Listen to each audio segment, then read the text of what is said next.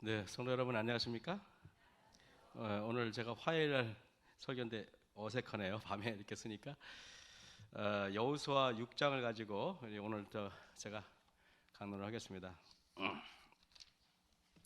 이번에 음악회에 있다가 어떤 여자분이 저보고 설교를 8시까지 마치라 그러는데 조금 8시보다는 좀 8시 10분까지 마치겠습니다. 자, 우리 여호수아 6장에 있는 말씀을 보면은요, 이스라엘 자손들로 인하여 여리고는 굳게 닫혔고 출입하는 자 없더라 그랬습니다. 이스라엘 자손을 인하여 우리가 참 이런 경험을 많이 합니다. 이스라엘 자손을 인하여 여리고는 굳게 닫혔고 출입하는 자 없더라 그랬습니다. 이 세상의 사람들이 하나님의 말씀을 가지고, 여러분들이 영적인 이스라엘 백성 아닙니까? 여러분들이 밖으로 나가면 사람들은 그 입을 굳게 닫고 마음도 굳게 닫아가지고 절대 여러분들의 출입을 허락하지 않습니다. 여러분 그렇지 않습니까? 사람이 희한합니다. 내가 물건을 팔러 가도 또 어떤 개인적인 만남을 위해서 이렇게 가도 사람들의 마음은 그렇게 닫히지 않습니다. 하지만은 희한하게 전도지만 들고 가면은 사람들의 마음은 어찌된 영문인지 굳게 닫혀버려요. 그래 안 그래요? 그러는 걸 볼 때 여기 보니까 이스라엘 자손들로 인하여 여리고는 굳게 닫혔고 출입하는 자 없더라 그랬습니다. 여호와께서 여호수아에게 이르되 보라 내가 여리고와 그 왕과 용사들을 내 손에 붙였으니 너희 모든 군사는 성을 둘러 성 주위를 매일 한 번씩 돌되 엿새 동안을 그리하라 그랬습니다. 제사장 7은 일곱 양각 나팔과 나팔을 잡고 언약궤 앞에서 행할 것이며 제7일에는 성을 7번 돌며 제사장들은 나팔을 불 것이며 그랬습니다. 여기 여러분 7이라는 숫자가 여호수아 6장에 무려 11번 나옵니다. 11번 나오고요. 그리고 언약궤라는 그 단어가 13번이 나옵니다. 그렇다면은 여호수아 6장은 한마디로 7이라는 숫자와 언약궤라는 그 단어가 핵심적인 의미를 가진다고 볼 수가 있는 것입니다.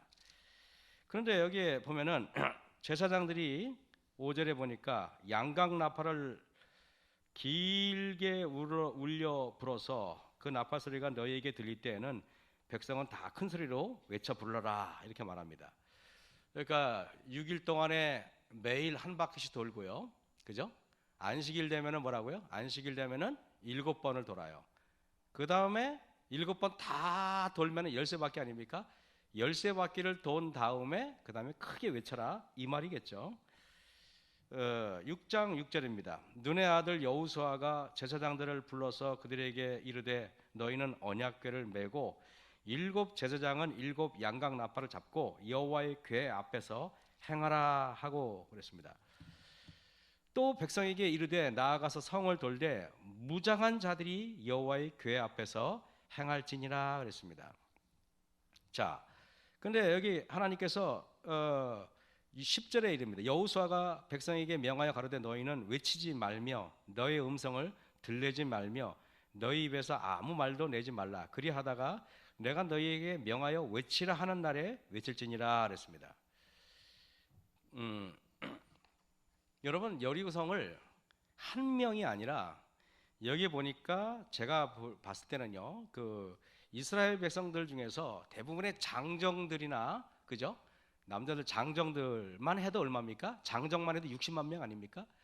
그 장정들이 여리고성을 한 바퀴 이렇게 돌는 것은 한번 생각해 보십시오. 60만 명이 줄을 서 가지고 질서정연하게 이렇게 쭉 서면 얼마나 될까요? 제가 그 퇴계원 중학교 다녔습니다. 여기 퇴계원 아시죠 여러분? 퇴계원 중학교 다니고 항상 그때는 소풍이 꼭 동구릉으로 갔습니다. 그냥 뭐 봄방학도 동구릉, 아니 봄소풍도 동구릉, 가을소풍도 동구릉, 그냥 주야장창 동구릉만 갔습니다. 그런데 동구릉에서 퇴계원까지는 우리 때는 버스를 대절해서 가는 거 이런 거는 상상도 못합니다. 뭐 수학여행이나 갔을 때 버스 타지 이제 그 당시는 뭐 그냥 어떻게 하는지 아십니까? 전교생이 요즘 같으면은 버스 타고 거기서 만나자 이렇게 할 거 아닙니까? 거긴 얄짤 없어요. 학교에 와서 학교에서부터 출발하는데 줄을 서서 갑니다. 그러면은 그 당시 학생들이 한 1,000몇백 명이 줄을 쫙 서면은 중학교만 한 1,700명인가 됐었어요. 그 당시는요. 줄을 쫙 서가면은 그 1,700명만 해도 그 끝이 안 보여요. 줄을 서가지고 그럼 마치 이렇게 개미떼가 이사 가듯이 쫙 가는데 지금 생각하면 그렇게 하라면 아마 아무도 안 할 것 같아. 요즘 애들은. 근데 우리는 그때 그렇게 했습니다. 근데 겨우 1,000몇백 명도 그런데 60만 명이 만약에 그러면 어떡할까요? 여러분 한번 이런 상상이 가십니까? 60만 명이? 그러면 그 사람들이 가면은요 1,000몇백 명이 가도 자기들끼리 쏘곤쏘곤 하는 소리가 얼마나 시끄러운지 몰라요. 근데 60만 명이 만약에 말을 하면 어떻게 될까요? 상상을 초월하겠죠. 그런데 그것도 소풍 가는 것도 아니잖아요. 소풍 같은 것도 아니고 여리고성을 도는데 어떻게 보면 가만히 보면은 쓸데없는 짓 같지 않겠습니까? 이렇게 돌아요. 그러면은 여러분 여리고성 위에서는 지금 사람들이 거기서 돌을 던질 수도 있고 화살을 쏠 수도 있고 뜨거운 물을 부을 수도 있잖아요. 그죠? 여리고성 멀리 도는 게 아니고 여리고성 그 밑을 도는 거예요, 여러분. 그렇다면 사람들이 할 말이 얼마나 많겠습니까? 왜 이런 짓을 하느냐? 우리를 죽이려고 미쳤느냐? 할 말이 많아요, 많아요. 그럴 때 여러분 만약에 그들이 말을 하면은 여리고성이 무너지는 게 아니라 이스라엘 공동체가 무너질 것입니다. 그래서 하나님께서는 뭐라고 말씀하시냐면은요. 여호수아가 백성에게 명하여 가로되 너희는 외치지 말며 너희 음성을 들리지 말며 너희 입에서 아무 말도 하지 마라 그랬습니다. 교회에서도 우리가 해야 될 일이 때문에 성도들이 아무 말도 못하게 해야 돼요. 하나님의 말씀을 찬송하고 하나님을 찬양하는 것 말고는 건축할 때도 아무 말도 하지 못하게 해야 돼요. 우리가 교회에서 일을 전도할 때도 아무 말도 하지 말아야 돼요. 그 말을 한다고 교회가 발전하는 거 보신 거 없잖아요, 그죠? 재림교회가 지금 여러분 힘들고 어려운 교회의 대부분에 보면은 말을 해서 그래, 말을 해서 교회가 발전하는 교회 있으면 한번 나와보라 그래 보세요. 여러분들이 우리 보면은 장로님들이 보면은 아무 말씀도 하지 않고 아무 이야기도 하지 않는 것은 할 얘기가 없어서가 아니라 그렇게 하면 안 되는 걸 알기 때문에 그렇게 하는 겁니다. 저는 그렇게 생각해요. 여러분 교회에서 우리가 그 항상 제가 그러지 않습니까? 교회에서 상처받은 사람 손 들어보세요. 그러면은 상처받은 사람 많아요. 그러면 제가 물어봅니다. 상처 준 사람 손 들어보세요. 그러면 아무도 없어요. 여러분 이게 뭐냐면은 근데 마석 교인들은 상처받지 여기 앞에 있는 화덕 교인들은 상처받는 거 보셨습니까? 저 뒤에 있는 옆에 있는 호평교회 상처받는 거 보셨습니까? 상처 준 사람이 있으니까 상처받는 거 아니겠습니까? 근데 대개의 사람들은 상처받았다고 하는 사람들은 상처 주는 사람이기에 분명합니다. 여러분 그래서 자기 성품이 상처받기 아주 상당히 쉬운 사람은 다시 말하면 병에 감염되기 쉬운 사람은 병에 감염된 사람은 그 병을 남에게 옮기기 쉬운 사람이잖아요. 똑같은 것입니다. 인생이라는 것은. 여호수아가 백성에게 명하여 가로되 너희는 외치지 말며 너희 음성을 들리지 말며 너희 입에서 아무 말도 내지 말라 그랬습니다. 그리고 또 희한합니다. 교회에서 죽어라 하고 일어나는 사람들은 사실 또 별로 말이 없어요. 아무것도 안 하고 가끔 뜨문 오고 이런 사람들이 보면 할 말이 더 많습니다. 교인은 이래야 된다는 둥 저래야 된다는 둥. 그럼 하나님께서 그렇게 말씀하시겠죠. 기본적으로 예배만 좀 잘 참석해주면 안 되겠니? 교회 합회는 이래야 된다고 연합회는 이래야 된다고 말합니다. 그러면 하나님께서 말합니다. 연합회 걱정하지 말고 너나 걱정해라. 이렇게 하시겠죠. 여러분 우리가 여호수아가 백성에게 명하여 가로되 너희는 외치지 말며 너희 음성을 들리지 말며 너희 입에서 아무 말도 내지 말라. 생각해 보세요. 60만 명이 아무 말도 하지 않고 가는데요. 사실은요. 힘든 길도 서로 대화하고 가면은 편하잖아요. 그래 안 그래요? 우리가 마음 맞는 사람들끼리 그때 우리 그 어딘가요? 우리가 멀리 한 번은 그때 이렇게 장례식 때문에 이렇게 봉고차에 타서 이렇게 가기도 하는데 한 번 제가 그 제주도에 있을 때 그 우리 2조 되는 제주도에 갈 때 그 우리 그 선교 그때 여행 갔을 때 있잖아요. 근데 2조 사람들은 서로 마음이 잘 맞고 대화도 너무 재밌고 너무 행복하니까 뭐 3시간 4시간 운전해 가야 되는데 우리가 느끼기엔 다들 말하기를 벌써 왔어요? 벌써 3시간이 지났어요? 그래요. 근데 여러분, 만약에 우리가 운전을 하다 가다가 아무 말도 하지 않고 만약에 한 20분만 가보세요. 얼마나 어색합니까? 여러분, 우리 하나님을 믿을 때 아무 말도 하지 않고 이 지루하고 몸이 건조한 행위, 그리고 정말로 열세 바퀴를 다 돌면은 여리고성이 무너진다는 것, 그 사람들은 그게 믿음으로 믿어야 되지 실제로 그렇게 보장받은 것도 아니잖아요. 그렇지만은 그들은 그 지루하고 무의미해 보이고 아무 뜻도 없어 보이는 것을 묵묵히 가는 사람들이, 묵묵히 가는 게 다시 말하면 인내해라, 참아라, 견뎌라, 오래 참아라, 지루함을 이겨라, 그런 뜻이에요.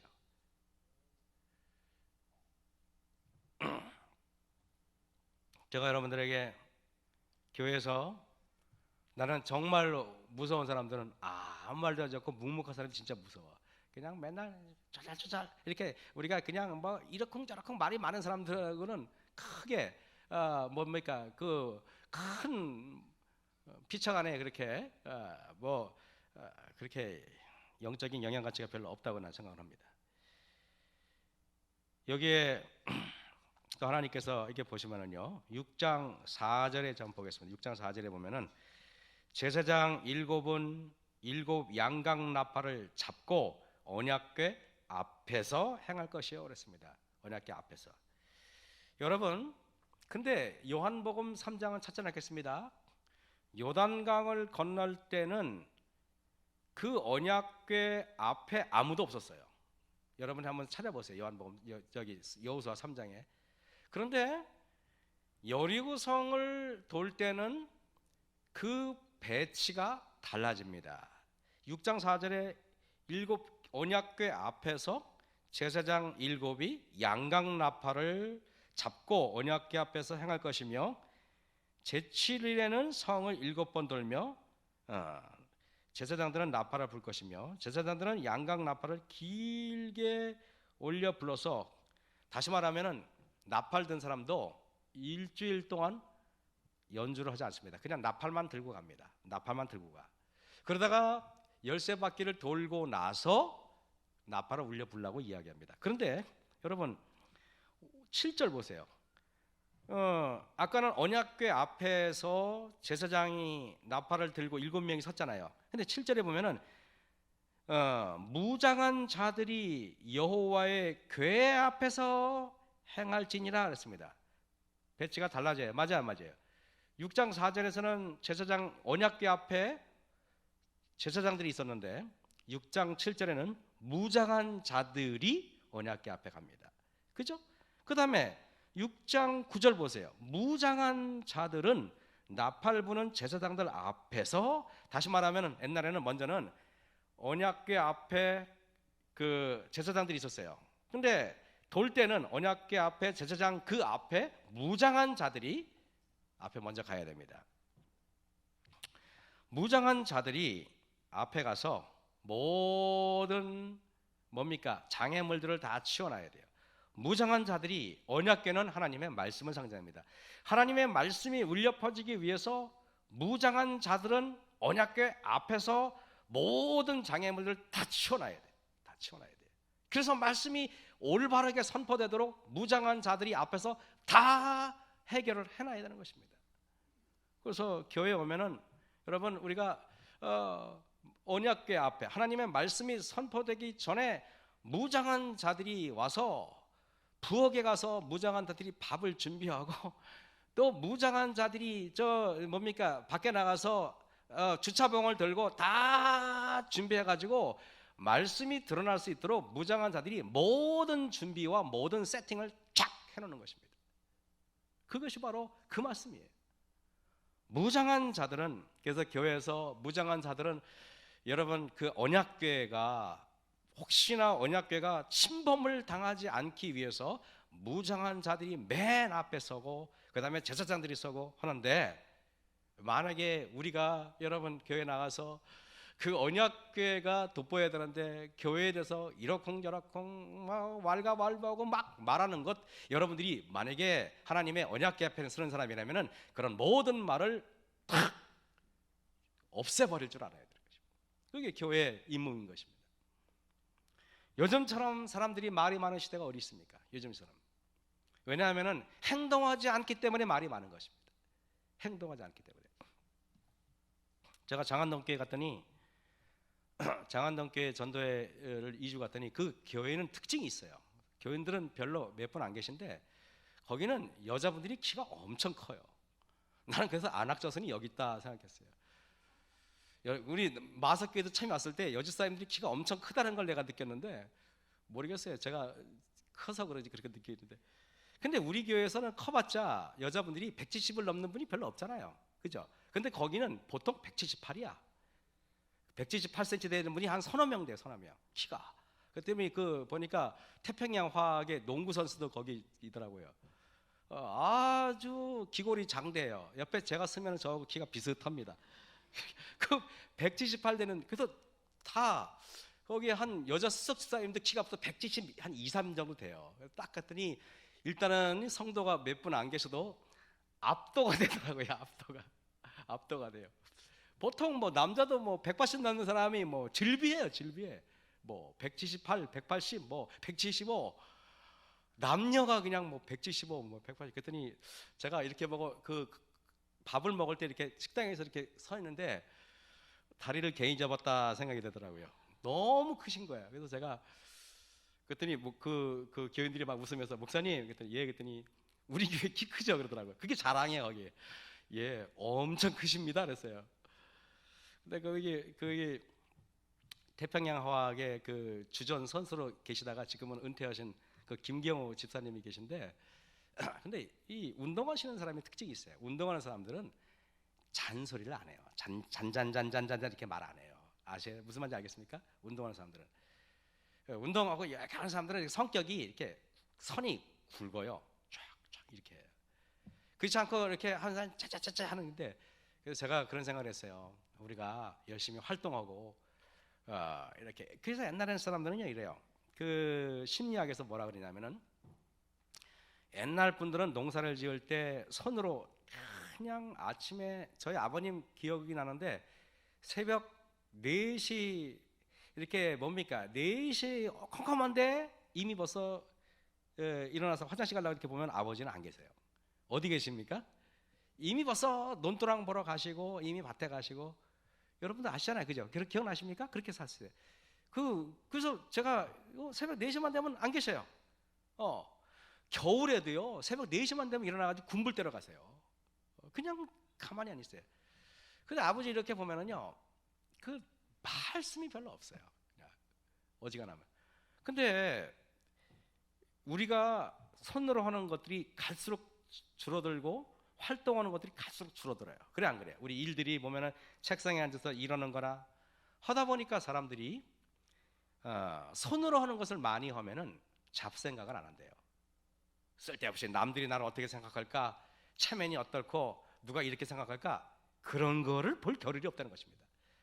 그래서 옛날 사람들, 농사 짓는 분들 보면 왜 옷이 왜 그냥 흙탕 묻어, 그래서 사람들 앞에 가도 전혀 꺼리낌 없이 다녔어요. 그죠? 옛날에 몸빼 바지 입고 막 그러고 막 쓰레빠 지지 끌고 다녀도 아무렇지 않아. 근데 요즘에는 우리가 남을 의식을 너무 많이 하는 거야. 내 옷이 흐트러졌나? 눈곱이 끼지 않았나? 머리는 잘 됐나? 남을 의식을 많이 하는 것입니다. 활동이 없으면은 교회에서도 마찬가지예요. 우리가 열심히 옛날에 전도하고 열심히 하나님의 복음 사업을 할 때는 교회에서 누가 나를 어떻게 생각하고 누가 그런 거 신경 쓸 여지가 없었어요. 근데 언제부터인가 교회에서 누가 조금만 뭐라 그래도 서운하고, 누가 조금만 뭐라 그래도 이게 이렇게 되는 것입니다. 여호수아가 백성에게 명하여 가라되 너희는 외치지 말며 너희 음성을 들리지 말며 너희 입에서 아무 말도 내지 말라. 그러하다가 내가 너희에게 명하여 외치라 하는 날에 외칠지니라 그랬습니다. 여러분, 우리가 불평 불만을 안 하는 사람만이 하나님께서 외치라 할 때 외칠 수가 있는 거예요. 쓸데없이 우리가 그냥 불평 불만을 하는 사람들은 막상 중요할 때 외치라 하면 외치지 못합니다. 정작 내가 주님을 위해서 순교의 단상에 올라가서 사람들 앞에서 복음을 증거하고 죽을 때는 아무 소리 하지 않는 것입니다. 아무 소리도 못하는 것입니다. 그래서 교회에서 평소에는 침착하고 평소에는 말없이 인내하고 또 인내하고 또 인내하는 사람만이 우리 주님께서 나팔을 불 때 외쳐라 할 때는 그때는 눈물 흘리면서 정말 예수님을 위해서 목숨이라도 바치면서 외칠 수 있는 거예요. 여러분 오해하지 마세요. 이렇게 교회에서 막 이렇게 뒤에서 수근수근 거리는 사람들이 신앙이 좋다고 착각하지 마세요. 그런 사람들은 신앙이 없는 사람들이에요. 정말 신앙이 좋은 사람들은 말없이 봉사하고 말없이 손을 놀리고 교회를 위해서 기도하는 사람이, 무릎 꿇는 사람이, 그 사람이 정말 교회의 주인입니다. 그래서 교회에서 어떤 사람들은 말하기를 입으로 봉사하고 입으로 교회를 위해서 세우고 하려고 해요. 근데 하나님께서는 입으로 세우기를 원치 않고 무릎으로 세우기를 원하시더라고요. 보니까 무릎을 세우기, 침묵으로 교회를 세우기를 원하시고 침묵으로 무장하기를 원하시더라고요. 보니까 우리 주님께서는요.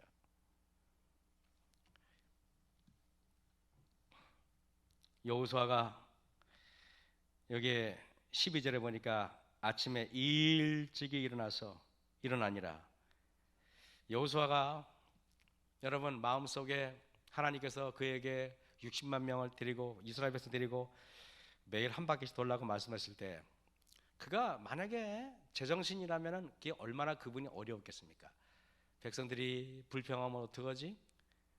안 돈다고 뻗팅기면 어떡하지? 왜 도냐고 나한테 한 거면 어떡하지? 지도자들은 가만히 있어도 그게 곧 짐이 되는 것입니다.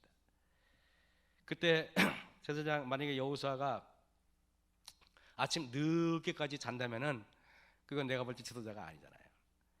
여호수아는요 사람들하고 설득하러 다니지도 않았어요. 앞으로 하나님께서 할 거니까 이렇게 합시다 하고 설득하러 다니지 않고 사람들을 60만 명을 설득하는 것도 불가능할 뿐더러 무슨 일이 터지면은 제가 경험인데 그냥 장로님들 만나러 이리 뛰고 저리 뛰고 집사님들 만나러 이리 뛰고 저리 뛰고 문제를 해결하려고 전화통 잡고 하루 종일 전화하고 하면은요 문제가 더 커진 것을 발견할 때가 있어요. 그럴 때는 아무 말도 하지 않고 집에 앉아가지고 무릎 꿇고 기도하면은 하나님께서 모든 문제가 깔끔하게 해결해 주십니다.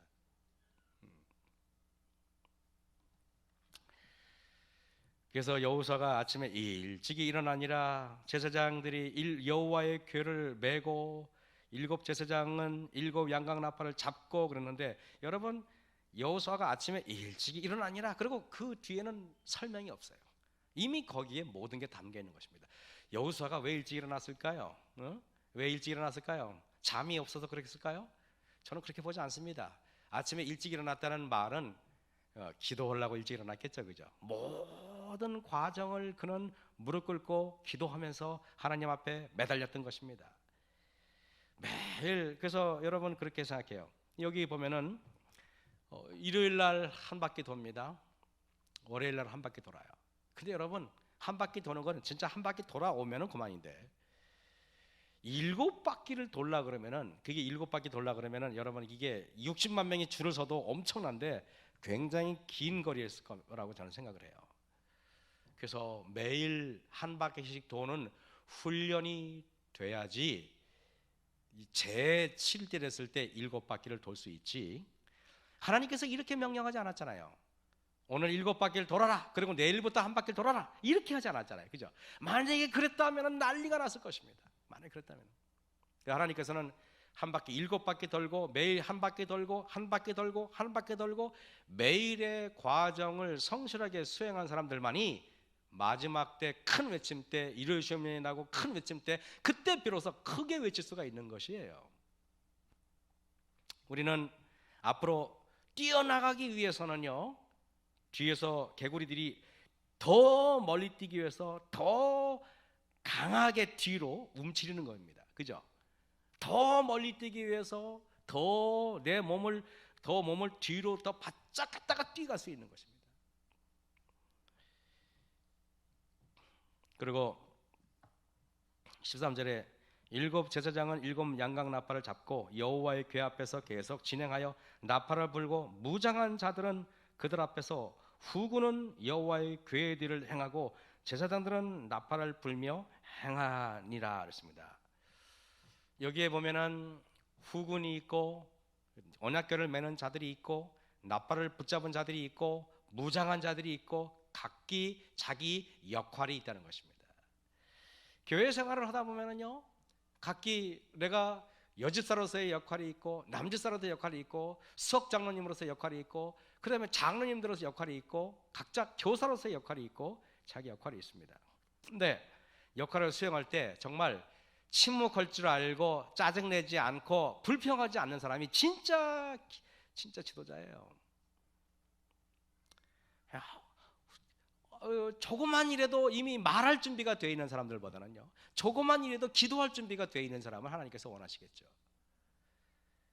우리는 제가 사실 그래서 설교할 때나 뭐 할 때 불평하는 거에 대해서 제가 강하게 제가 교회를 이끌어갈 때 강하게 그런 말씀을 제가 많이 드리는 이유는, 불평하면은 성경에 보면은 여기 우리가 출애굽할 때 이스라엘 공동체에서 가장 이스라엘 공동체를 무섭게 흔들었던 것은 불평이었어요. 여러분 성경을 한번 보세요. 불평이 제일 무서운 죄입니다. 살인하는 죄보다 더 무서운 게 불평이에요. 불평은 무서워요. 교회에서 한번 수근수근거리기 시작하면 교회가 얼마나 어려운지 몰라요.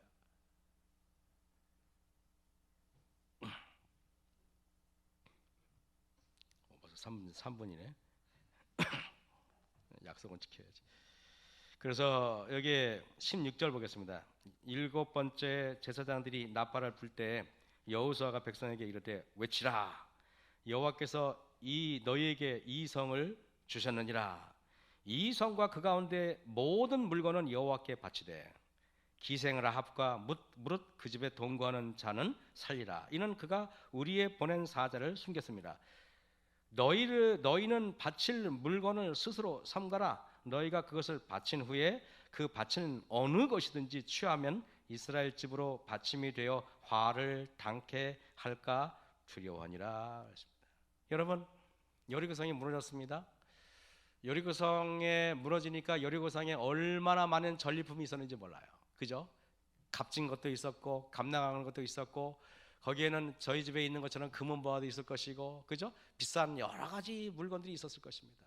그때 그 물건들이 있을 때 그것을 하나라도 취하지 말고 다 뭐라고요? 하나님께 바쳐라, 이 말입니다. 이 말 뜻에는 우리가 어떤 게 있냐면은, 교회가 잘 되거나 복음 사업이 잘 되거나 가정에서 경제적으로 잘 되거나 어떤 부를 이룰 때 그것을 여러분이 하나라도 영광을 취하지 말라 이겁니다. 다 하나님께 바쳐라. 모든 공로는 하나님께만 바쳐라, 이 소리인 것입니다. 우리가 내가 어떤 것을 잘했을 때 그것이 바로 내 공인 양 나한테 돌리지 말고 다 하나님께만 바쳐라, 이거는 것입니다. 내가 이번에도 우리가 음악회를 앞두고 있지만 음악회를 잘 돼도 그 음악회 잘 된 것이 내 공이 아니라 하나님께 공을 바쳐야 되고, 건축을 해도 하나님께 공을 돌려야 되고, 여러분 내가 자녀가 잘 돼도 내가 애들을 잘 키운 게 아니라 하나님께 그 공을 돌려야 되고, 그러라는 소리예요.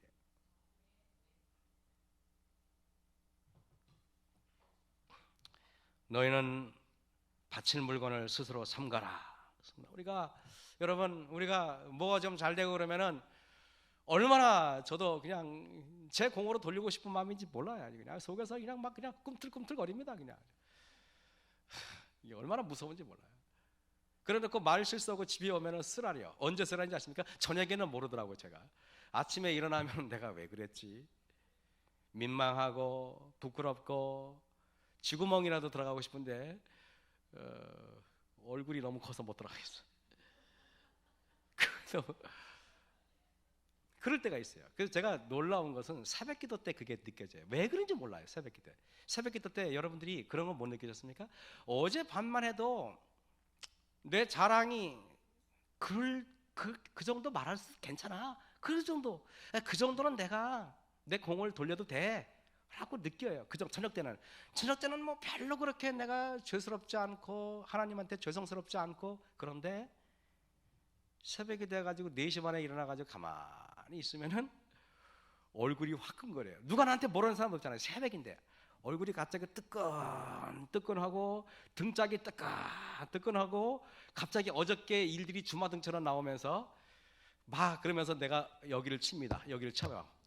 아이고 이놈의 주 모시기, 아이고 정말 왜 그랬지. 아이고 그걸 돌릴 수만 있으면 너무 좋겠다. 부끄러워 죽겠는 거예요. 창피해서 어쩔 줄 몰라. 그렇게 할 수 있는 데가 새벽밖에 없어요. 그 새벽에 그런 게 이루어지지 않으면 회개할 기회가 없어요. 그 새벽에 안 일어나고 새벽기도 나와서 앉아 있기만 해도 은혜를 받는 겁니다. 그래서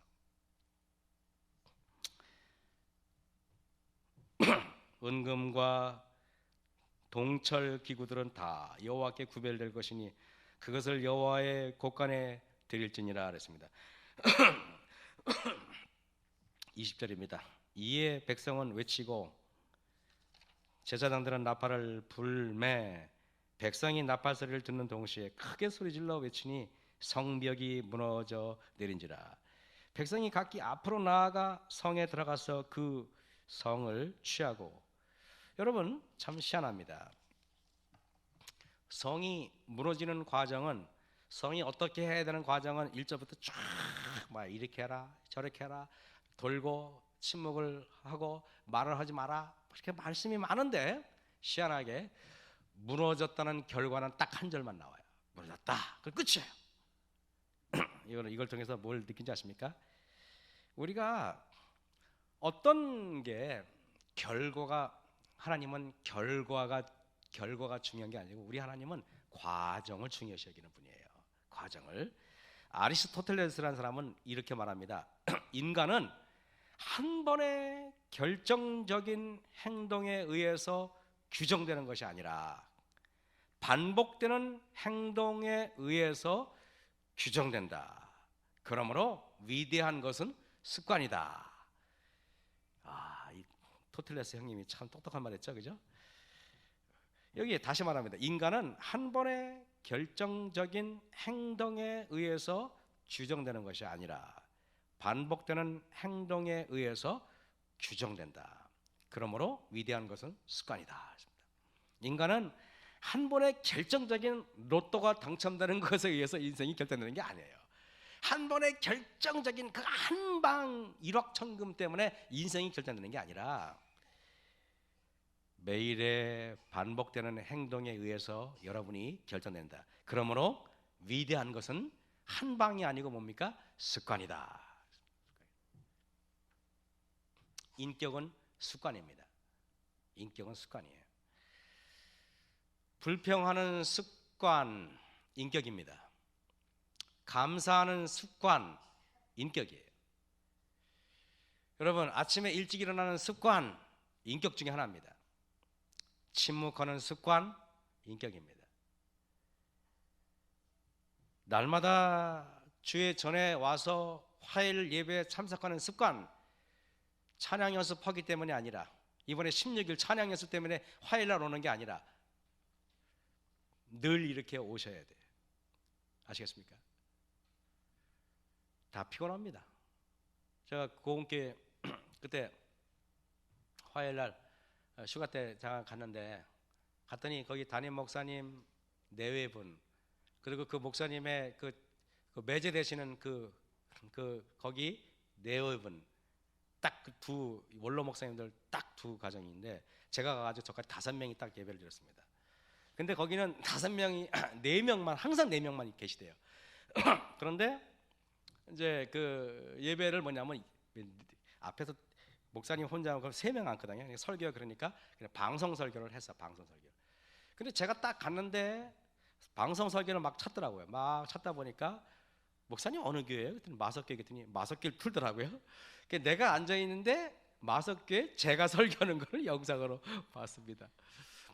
그래서 앉아 있는 제가 상당히 민망했습니다. 나는 앉아 있는데 내가 설교해. 김일환 목사가 설교하고 김일환 목사 앉아 있고. 민망해가지고 1시간 동안 내 설교를 내가 봤네. 거기에는 우리 장로님, 우리 마석교 장로님들이 거기서 뭡니까 사회 보시고 마석교 장로님들 계시고 그렇습니다.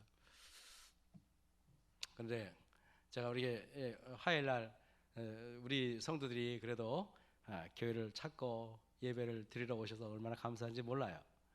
하지만 여러분들이 이 예배의 아름다운 미덕이 사라져서는 안 됩니다. 습관이 좋아야 됩니다. 그래서 우리가 매일매일 예배 보는 습관, 기도, 공적인 예배에 나오는 습관이 돼야 돼요. 어떤 사람은 안식일 날 아무것도 아닌데 그냥 빠지고 아무것도 아닌데 자기가 마음대로 해석합니다. 안식일 금요일 저녁을 자기 나름대로 해석해서 그거를 보내는 사람이 있어요. 근데 여러분, 그거는 자기 생각이죠. 예언의 시는 뭐라고 되는지 아십니까? 우리가 구원받지 못하는 이유는 딱 하나다. 그것은 하나님께서 지정하신 방법대로 구원을 받으려 하지 않고 내 방법대로 하기 때문에 안 되는 것이에요. 여러분, 우리가 모든 게, 어떤 사람은 또 11절 내도 이래요. 11절 내도 가난한 사람 도와주면 하나님께 기뻐하시겠지? 그건 지 생각이에요. 그건 하나님께서 지정하신 방법대로 구원을 받으려고 노력해야 될 것이다. 아무튼 오늘 2분이 지났습니다. 그래서 오늘 저에게 2분 딱 더 가는 걸로 알고 있어요. 제가 항상. 근데 그래도 끝나야죠. 날마다 우리가 여리고성에서 날마다 우리 하나님께서 지정하신 방법대로 매일매일의 생애를 살아서 예수님께서 외치라는 그런 날에 크게 외쳐서 죄의 여리고성, 우리 마음속에 있는 죄의 여리고성이 완전히 무너지는 그런 저와 여러분이 되길 바라면서 말씀을 마치겠습니다. 기도하시겠습니다.